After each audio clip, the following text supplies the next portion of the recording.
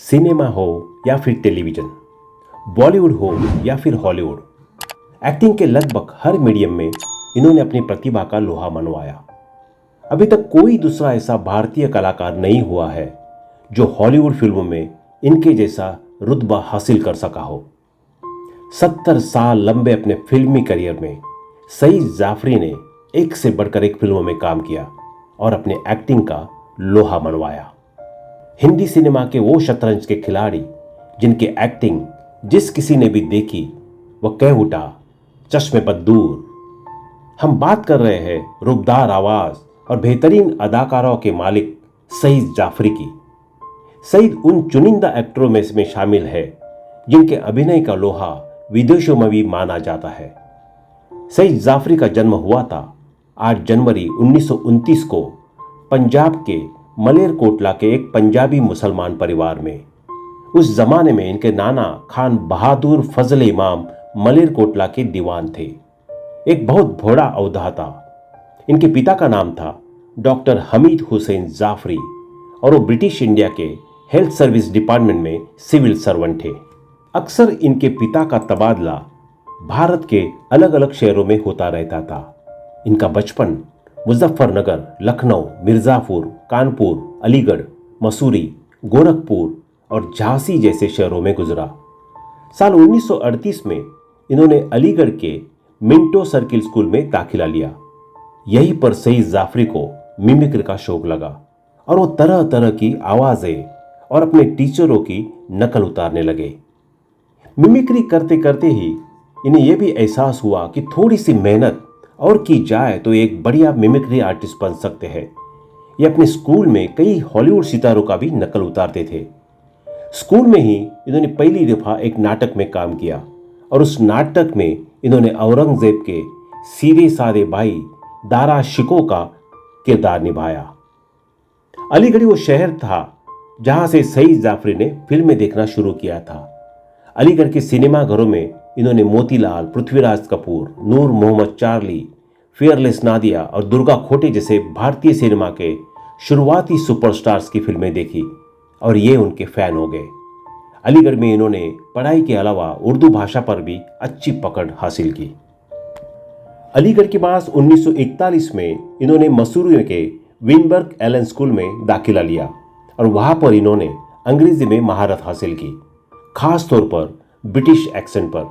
यहां भी इन्होंने नाटकों में हिस्सा लेना जारी रखा और स्कूल के एनुअल डे पर होने वाले नाटकों में एक कोई ना कोई रोल निभाया करते थे। यहां पढ़ाई पूरी करने के बाद इन्होंने मसूरी के ही सेंट जॉर्ज कॉलेज में दाखिला ले लिया। इसके बाद 1945 में सईद जाफरी ने इलाहाबाद यूनिवर्सिटी से बीए इन इंग्लिश लिटरेचर में दाखिला लिया। फिर इलाहाबाद यूनिवर्सिटी से ही इन्होंने मेरीवेल इंडियन लिटरेचर में एमए किया। एमए कंप्लीट करने के बाद सईद दिल्ली आ गए और 250 रुपये महीना तनख्वाह पर इन्होंने ऑल इंडिया रेडियो ज्वाइन कर लिया। इस समय तक भारत अंग्रेजों की गुलामी से आजाद हो चुका था, भारत का बंटवारा हो चुका था और सईद जाफरी के भी कई रिश्तेदार भारत छोड़कर पाकिस्तान जा चुके थे। ऑल इंडिया रेडियो में ही सईद जाफरी की मुलाकात मधुर बहादुर से हुई थी, जो कि आगे चलकर उनकी पत्नी बनी थी, पहली पत्नी।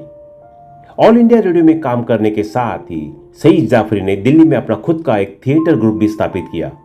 यूनिटी थिएटर कंपनी नाम का इनका थिएटर ग्रुप अंग्रेजी नाटक किया करता था। ऑस्कर विल्डी, डिलन थॉमस और विलियम शेक्सपियर जैसे महान अंग्रेजी लेखकों के लिए नाटकों का मंचन इनका थिएटर ग्रुप किया करता था।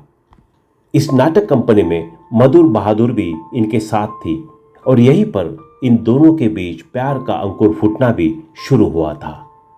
इस बीच 1956 में मधुर बहादुर को लंदन की royal academy of dramatic art में पढ़ने का मौका मिला था और वो लंदन चली गई।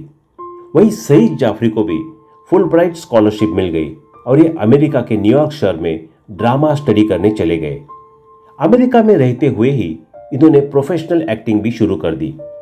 1958 में रिलीज हुई अंग्रेजी फिल्म स्टॉक की में ये पहली दफा नजर आए। हालांकि इनका पहला बड़ा फिल्मी रोल था 1975 में रिलीज हुई film the man who would be a king में। इस फिल्म में ये बिली फिश नाम के गुरखा सिपाही बने थे। इस फिल्म में माइकल केन और सीन कॉनरी जैसे बड़े सितारे मौजूद थे। अमेरिका में रहते हुए ही सईद जाफरी ने कैथोलिक यूनिवर्सिटी ऑफ अमेरिका से ड्रामा में एमए की डिग्री भी हासिल की। दूसरी तरफ लंदन में सईद जाफरी से दूरी की वजह से तड़फ रही मधुर बहादुर भी अमेरिका आ गई और अमेरिका में इन दोनों ने शादी कर ली। मधुर और इनकी 3 बेटियां हुई। इनकी बेटियों के नाम है मीरा, जिया और शकीना। शकीना ने भी इनकी तरह एक्टिंग में करियर बनाया।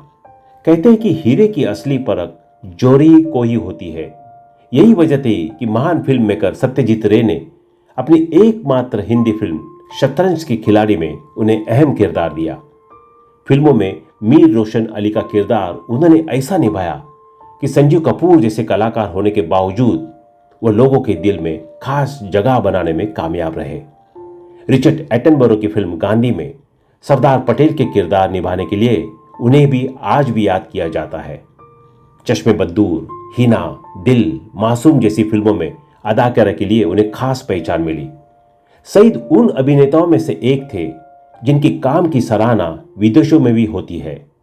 उन्होंने हॉलीवुड की कई फिल्मों में भी काम किया, जिनमें the Wilby conspiracy, the man who would be king, sphinx, a passage to India जैसी फिल्में शामिल है। मधुर और सईद जाफरी ने अमेरिका में शेक्सपियरन नाटकों का मंचन किया और इस तरह सईद जाफरी पहले भारतीय अभिनेता बने जिन्होंने अमेरिका की धरती पर शेक्सपियरन नाटकों का मंचन किया। ये सईद जाफरी ही थे जो इस्माइल मर्चेंट और जेम्स आइवरी के साथ लाए और मर्चेंट आइवरी फिल्म कंपनी की स्थापना कराई। 70 और 80 के दशक में मर्चेंट आइवरी फिल्मों का ये अभिन्न हिस्सा थे।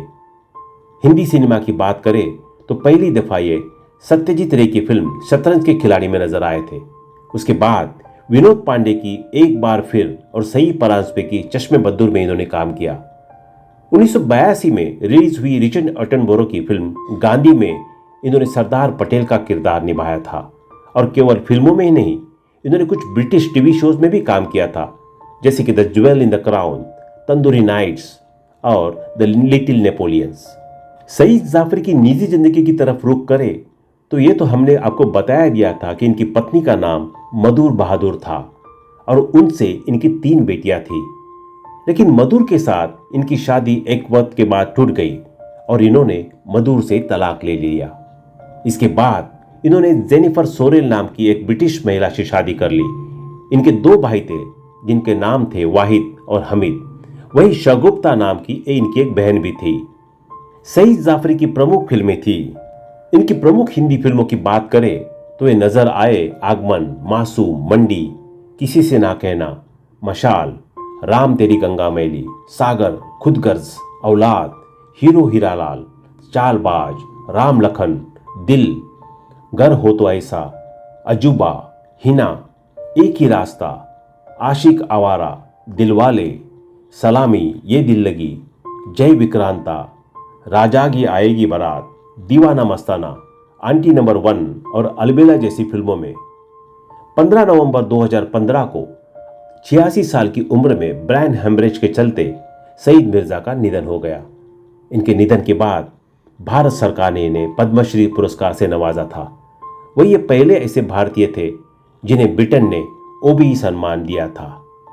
देश विदेश में अपने टैलेंट का डंका बजाने वाले सईद मिर्जा की जिंदगी की कहानी को शब्दों की सीमा में बांधना काफी मुश्किल काम है। सईद मिर्जा ने जिंदगी के कई रंग रूप देखे थे, कई ऐसे काम किए थे जो उनसे पहले किसी भारतीय ने नहीं किए थे। तो दोस्तों, अभी के लिए बस इतना ही। मिलते हैं अगले वीडियो में।